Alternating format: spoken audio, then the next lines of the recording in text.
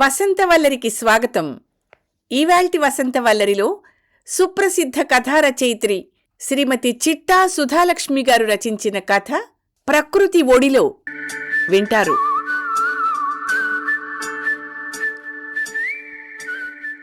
నీరజా, ఎక్కడున్నావు? ఇలారా. సాయంత్రం వాకింగ్ చేసొచ్చి భార్యను పిలిచాడు ప్రకాష్. హబ్బా, వస్తున్నానండి, టీ పెడుతున్నాను. వంటింట్లోంచి 2 కప్పులతో వచ్చింది నీరజ. అదేనోయ్, మంచి ఎంఎన్సీలో జాబ్ వదిలేసి పల్లెటూళ్ళలో సెటిల్ అయ్యాడని చెప్పానే, వాడు ఫోన్ చేశాడు. మా క్లోజ్ ఫ్రెండ్స్ కొంతమందిని వాళ్ళ ఇంటికి పిలిచాట. 1 వారం పాటు మేమంతా ఒక గ్రూప్గా ఉండేవాళ్ళం. మధ్యలో కాంటాక్ట్స్ పోయినా ఇగో ఈ సోషల్ మీడియా పుణ్యం అని మళ్ళీ టచ్లోకి వచ్చాం. వాళ్ళంతా పెడుతున్నారట. నన్ను రమ్మన్నాడు, పెడదామనే అనుకుంటున్నాను అన్నాడు చాలా సంతోషంగా. మరి మాకు లేవా ఆ పిలుపులు? మీ మగాళ్ళంతా కలిసి ఈ వయస్సులో బ్యాచులర్ పార్టీలు చేసుకుంటారా ఏమిటి? అంది కొంచెం అసూయగా. ఏమో చూద్దాం, ఏం చేస్తామో. వాళ్ళంతా ఒంటరిగానే వస్తున్నారు. మరి నేను మాత్రం నిన్ను తగుదునమ్మా అని ఎలా తీసుకెడతాను చెప్పు? మనం మరో మారెడదాంలే. అయినా పల్లెటూళ్ళలో నువ్వు ఉండలేవు. నెట్వర్క్ సరిగ్గా ఉండదు నీరజ. సోషల్ మీడియాకి దూరంగా ఉండాలి. నువ్వేమో నీ ఫేస్బుక్ వాట్సప్ లేకుండా ఉండలేవే అన్నాడు కొంటెగా నవ్వుతూ. అబ్బో, అక్కడికి మీరు సోషల్ మీడియా అంటేనే తెలియని అమాయకుల్లా మాట్లాడకండి. మీ ఇష్టం, వెడితే వెళ్ళండి, కానీ నేను అక్కడ ఉండలేను అని మాత్రం అనకండి. అదేదో పుడుతూనే నేను ఈ అలవాట్లతో పుట్టినట్టు. ఏదో ఈ మధ్య కాలక్షేపం కోసం, కానీ లేకపోతే వాటితో నాకేం పని? మూతి 3 వంకర్లు తిప్పి కోపంతో నిష్ఠూరంగా అంది నీరజ. ప్రకాష్ నవ్వుకున్నాడు. అనుకున్నట్టుగానే ఆ వారాంతంలో బయలుదేరి వెళ్ళాడు ప్రకాష్. రాత్రి బయలుదేరితే తెల్లారగట్టకల్లా అమలాపురం చేరారు. తనతో పాటు రవి, రాజు, మోహన్ కూడా వచ్చారు. అందరూ రాత్రి రైల్లో కులాసాగా కబుర్లు చెప్పుకుంటూ వచ్చారు. ఎన్నేళ్ల తర్వాతో కలిశారు వాళ్ళంతా. పొద్దున్నే రాఘవ స్టేషన్కి కారు తీసుకునొచ్చాడు. అందరూ కలిసి బయలుదేరారు. అప్పుడప్పుడే తెల్లవారబోతోంది. స్టేషన్ నుంచి దాదాపు 2 గంటల ప్రయాణం రాఘవ వాళ్ల ఊరు ముంజవరం. దారిలో ఇందుపల్లి, సకుర్రు, తాడికొండ లాంటి పల్లెలు దాటుకుంటూ వీచే చల్లని గాలితో పందెం కడుతూ వేగంగా పోతోంది కారు. రోడ్లు కూడా బాగున్నాయి. పచ్చటి పొలాలు, మధ్య మధ్యలో కొండలు, కొబ్బరి తోటలు. ఆహా, ఎంతో ఆహ్లాదాన్ని కలిగిస్తున్నాయి. పొద్దున్నే ఆ పచ్చటి వాతావరణాన్ని ఆస్వాదిస్తూ, ఆ పచ్చి గాలి పీలుస్తూ, రానా వద్దా అంటూ కొండల మధ్యలోంచి తొంగి చూస్తున్న బాలసూర్యుడితో దోబూచులాడుతూ వారి కాలేజీ కబుర్లు చెప్పుకుంటూ ప్రయాణం సాగిస్తున్నారు రాఘవ, అతని స్నేహితులు. ఇంటికి చేరేసరికి పూర్తిగా తెల్లారింది. వాకిట్లో ఈశాన్యమూలనున్న నూతి దగ్గర అందరూ కాళ్ళు చేతులు కడుక్కుని ఇంట్లో కడుగు పెట్టారు. రాఘవ వాళ్ళని ఇంట్లో వాళ్లకు పరిచయం చేసి, ఆ తర్వాత వాళ్లకు స్నానాల గది, వాళ్ళుండడానికి గదులు చూపించి తొందరగా తెముల్చుకునొస్తే పలహారాలు చెయ్యొచ్చు అని చెప్పాడు. మిగతా బెడ్ కాఫీ బ్యాచ్ 3 ఒక్క క్షణం పాటు మొహమొహాలు చూసుకుని కళ్ళు తేలేశారు. తర్వాత సరే అని సర్దుకుని అందరూ ఒక్కొక్కళ్లే స్నానాలు కానిచ్చి డైనింగ్ హాల్లోకి చేరారు. అక్కడ చక్కగా పనసాకుల్లో చేసిన ఆవిరి కుడుములు, కొబ్బరి పచ్చడి, ములగాకు, కరివేపాకు కలిపి చేసిన కారప్పొడి, ఇంకా మంచి నెయ్యి ఉన్నాయి. రాఘవ భార్య జయ, తల్లి కామేశ్వరమ్మ కూడా ఎంతో ప్రేమగా వాళ్లకు ప్లేట్లలో పైన బాదమాకు వేసి దానిపై అన్నీ వడ్డించారు. మంచి నెయ్యి కూడా కుడుముల మీద వెయ్యిపోయింది జయ. రాజు, మోహన్ కూడా వాళ్ళకి కొలెస్ట్రాల్ ఉంది, నెయ్యొద్దు అన్నారు. కామేశ్వరమ్మ, ఇది మా ఇంట్లో ఉన్న ఆవు పాలతో చేసిన నెయ్యి బాబూ, దీనివల్ల మేలే కానీ కీడు జరగదు, వేసుకోండి, మీ పట్నంలో ఇది దొరకదు అని కొసరి వడ్డించింది. అందరూ తృప్తిగా భోంచేసి రాఘవతో కలిసి వాళ్ల ఊరు చూడ్డానికి నడుచుకుంటూ వెళ్లారు. ఆ ఊళ్ళో చాలా మటుకు రైతు కుటుంబాలే. చాలామంది తెలుసు రాఘవకి. ప్రస్తుతం పంచాయతీ ప్రెసిడెంటుగా ఉన్నాడు రాఘవ. అబ్బో, మంచి హోదానే వెలగబెడుతున్నావే నువ్విక్కడ. అక్కడంత మంచి జాబ్ వదిలేసి ఏం బావుకున్నావో అనుకున్నాం. పర్వాలేదు, నీ పనే బాగుంది. మాకు మళ్ళీ ప్రాజెక్టులని, టార్గెట్లని బుర్ర బద్దలు కొట్టుకుని చచ్చే బాధ తప్పింది నీకు. నీ ప్రాణం హాయిరా అన్నాడు రవి.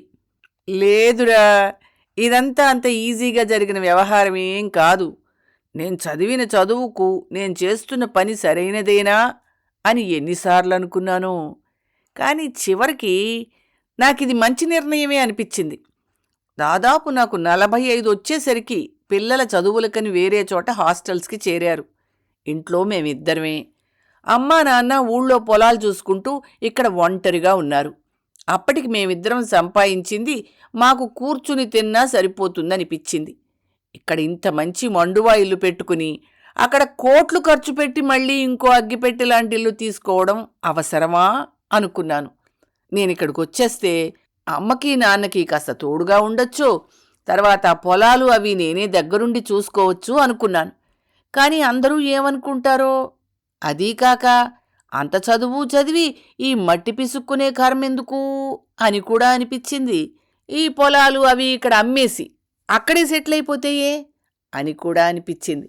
కానీ జయ నా మొదటి నిర్ణయాన్నే బలపరిచింది. చదువు సంస్కారం కోసమూ విజ్ఞానం కోసమూనండి. అలా అని అది మన మూలాలని నాశనం చేయకూడదు. ఇన్నాళ్లు సంపాదించాం, పిల్లల్ని చదివిస్తున్నాం. దేవుడి దయవల్ల ఇంకో ఏడాదికి పెద్దాడు, మరో 4 ఏళ్లకి చిన్నాడు చదువులు పూర్తి చేసుకుని ఉద్యోగాలు తెచ్చుకుంటారు. మనం ఇంక వాళ్లకు చెయ్యాల్సిందేమీ లేదు. ఊళ్ళో పెద్దవాళ్ళు ఇక్కడికి రాలేరు. వాళ్లని బలవంతంగా ఇక్కడికి తీసుకొచ్చే కంటే మనమే అక్కడికెళ్ళి వాళ్ల బాధ్యతలు మనం తీసుకుని వాళ్లకి విశ్రాంతినివ్వడంలో తప్పులేదు. అవసరం లేని మీరు ఉద్యోగం చేస్తే అవసరం ఉన్న మరో వ్యక్తికి అవకాశం పోతుంది కదా, మనం వెనక్కి వెళ్ళిపోదాం అని చెప్పి నాకు సపోర్టుగా నిలిచింది జయ. తాను సిటీలో పుట్టి పెరిగినా ఇక్కడ వాతావరణానికి తనను తాను చక్కగా మలుచుకుంది సుమా. ఈ మట్టిలో పనిచేయడం, పశువుల్ని చూసుకోవడం అమ్మ దగ్గర నేర్చుకుంది. ఈ ఆడవాళ్లు నిజంగా భలేగా ఉంటారా. వాళ్లను వాళ్ళు సమయానుకూలంగా భలే మార్చుకుంటారు. జయలో ఆ మార్పు నాకే ఆశ్చర్యం అనిపించింది తెలుసా. ఇక్కడికొచ్చాక నా బీపీ కూడా తగ్గిపోయిందర్రా. ఇక్కడికొచ్చి నేనే ముందర సేంద్రియ వ్యవసాయం మొదలుపెట్టాను. కొంతమంది రైతు మిత్రులతో కలిసి మెల్లిమెల్లిగా ఊళ్ళో కూడా మార్పులు తేవడానికి రోడ్లు, పారిశుద్ధ్యం మొదలైన రంగాల్లో నా వంతు సాయం చేసి బాగు చేయడానికి ప్రయత్నించాను. కష్టాల్లో ఉన్న రైతులకు బాసటగా నిలిచాను. ఏళ్ల తరబడి చేస్తున్న నా పని, నా ఊరిపై నాకున్న అభిమానం, అందరూ కలిసి ఊరు బాగు చేయాలన్న నా సంకల్పం, రైతుల బ్రతుకులు బాగుండాలన్న నా దృక్పథం చూసి నన్ను ఈసారి ఎన్నికల్లో పాల్గొనమని అందరూ ఒత్తిడి చేస్తే ఊరి బాగు కోసం నేను నిలబడి గెలిచాను. అదన్నమాట సంగతి అంటూ చెప్పుకొచ్చాడు రాఘవ. ప్రకాష్ ఆలోచనలో పడ్డాడు. నిజమే, రాఘవ ఈ వయస్సులో కూడా చాలా ఆరోగ్యంగా చలాకీగా ఉన్నాడు. కానీ తను ఇల్లని, దానికోసం అప్పు చేసి ఎన్నో ఏళ్ళు ఆ అప్పు తీర్చుకుంటూ, ఆ తర్వాత పిల్లల చదువులని, కొడుకుని అమెరికా పంపించడం కోసం, పిల్ల పెళ్లి కోసం ఊళ్ళో ఉన్న పొలం అమ్మాల్సొచ్చింది. తల్లి తండ్రి ఊళ్ళో ఒంటరిగా ఉన్నా రమ్మని ఎప్పటికప్పుడు పిలుస్తూనే ఉన్నా వెళ్ళలేకపోయాడు. పైగా అన్నీ అమ్మేసి తన దగ్గరికే వచ్చేయమని బలవంతం చేశాడు. వాళ్ళు సిటీకొచ్చి అక్కడ ఇమడలేకపోయారు. వాళ్ళ ఆరోగ్యాలు కూడా పాడై ఇంకా ఎన్నో ఏళ్ళు బతకలేదు. 2 ఏళ్ల తేడాతో ఇద్దరూ వెళ్ళిపోయారు. తన ఆరోగ్యమూ నీరజారోగ్యమూ కూడా దెబ్బతింది. రోజూ ఇద్దరూ మందులు మింగాల్సిందే. రాఘవలాగా తను కూడా వెనక్కి వెళ్ళుంటే బావుండేదేమో. సిటీలో కంటే తక్కువ ఖర్చుతో పూర్వీకులు కట్టించిన ఇంట్లో బ్రతుకు హాయిగా గడిచిపోయేదేమో. ఇలా ఆలోచించసాగాడు ప్రకాష్. రాజు, రవి, మోహన్ల ఆలోచన కూడా ఇందుకు భిన్నంగా ఏమీ లేదు. రాజు కొన్నాళ్ళు ఉద్యోగం చేసి తర్వాత సొంత కంపెనీ పెట్టి దానికోసం పగలు రాత్రి అని లేకుండా కష్టపడి పనిచేసి రోగాల బారిన పడ్డాడు. కొన్నాళ్లకు తన వల్ల కాక దాన్ని అమ్మిపారేశాడు. డబ్బు బోలెడు సంపాదించిన మాట, బోలెడు ఆస్తులు పోగు చేసిన మాట వాస్తవమే. కాని రోగాలు కూడా అలాగే బోలెడు పోగు చేసుకున్నాడు. ఇక మోహన్కి ఊళ్ళో ఆస్తులు లేకపోయినా తల్లి తండ్రి అక్కడే ఉండేవారు.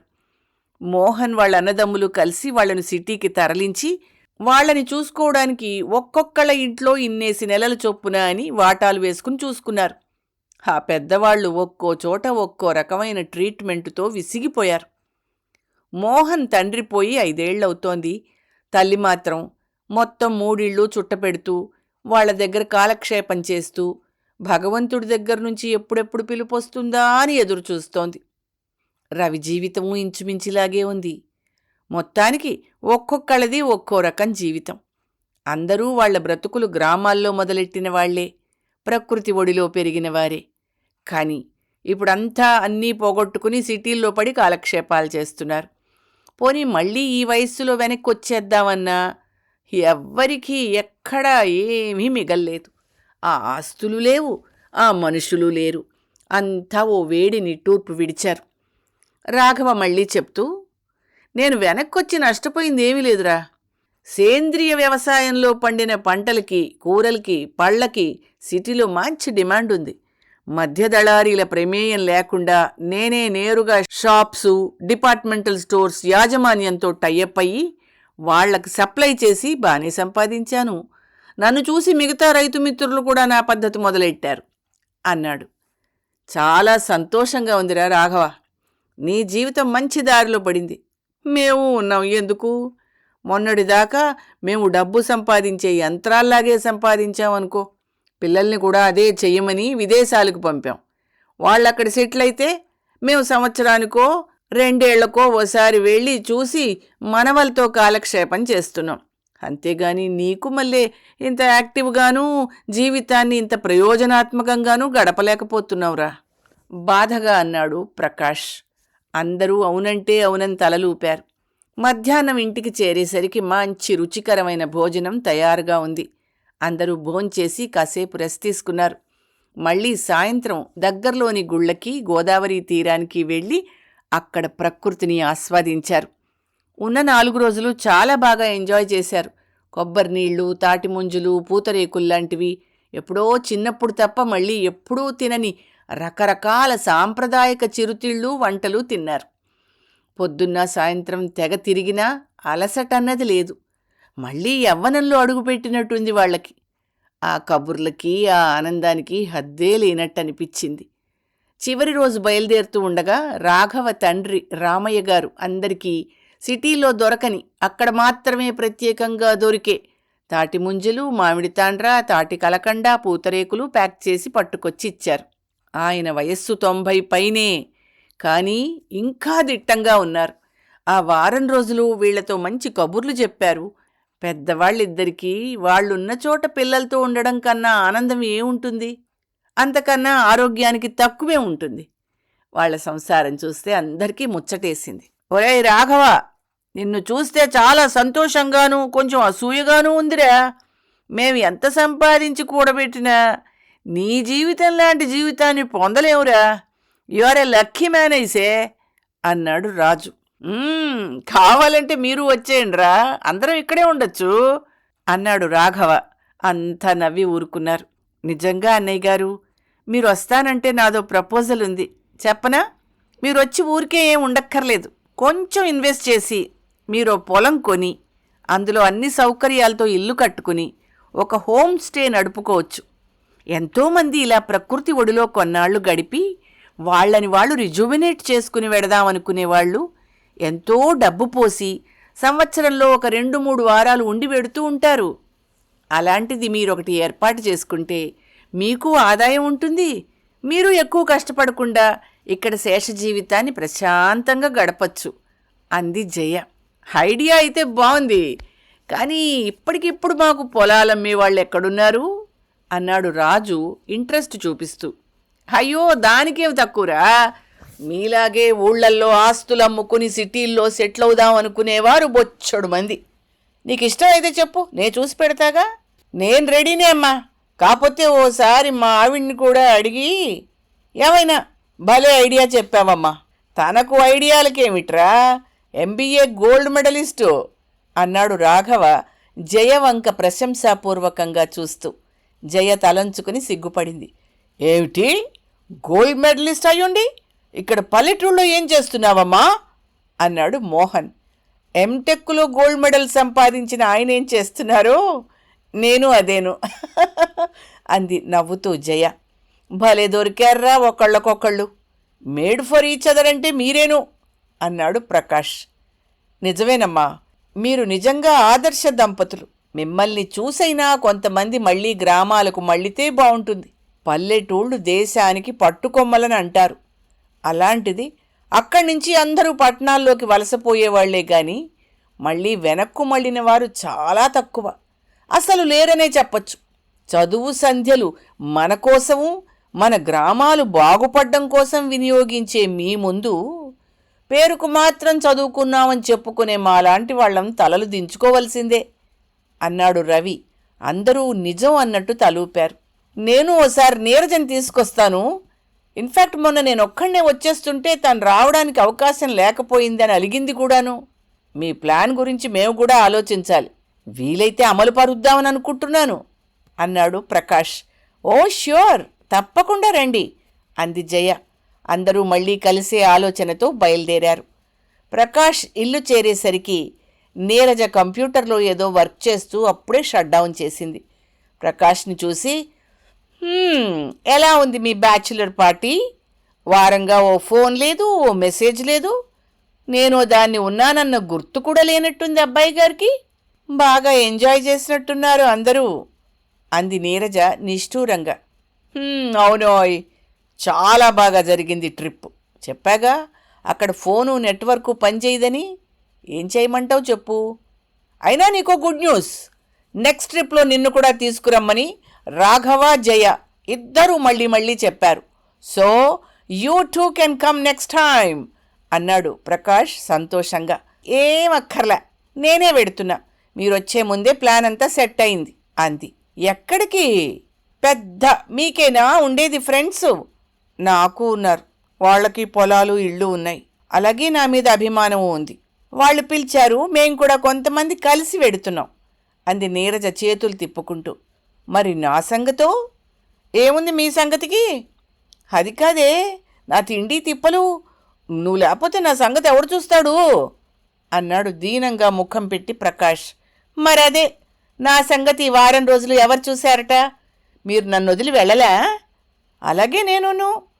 మీ తిండేదో మీరే తిని, మీ తిప్పలేవో మీరే పడండి అంది నీరజ కొంటెగా అటువైపు తిరిగి నవ్వుకుంటూ.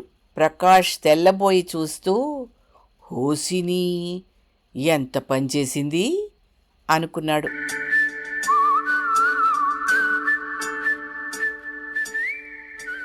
వసంతవల్లరిలో సుప్రసిద్ధ కథా రచయిత్రి శ్రీమతి చిట్టా సుధాలక్ష్మి గారు రచించిన కథ ప్రకృతి ఒడిలో విన్నారు. వసంతవల్లరిలో ఇవాల్టి కార్యక్రమం మీకు నచ్చిందని ఆశిస్తున్నాను. అందుకే లైక్ చేసి మీ మిత్రులకు, బంధువులకు లింక్ను షేర్ చేసి మీ అమూల్యమైన అభిప్రాయాన్ని నాకు కామెంట్ బాక్స్లో తెలియచేయమని, వసంతవల్లరికి సబ్స్క్రైబ్ చేయమని విన్నవించుకుంటూ మీ వసంతలక్ష్మి అయ్యగారికి సెలవు మరి. Thank you.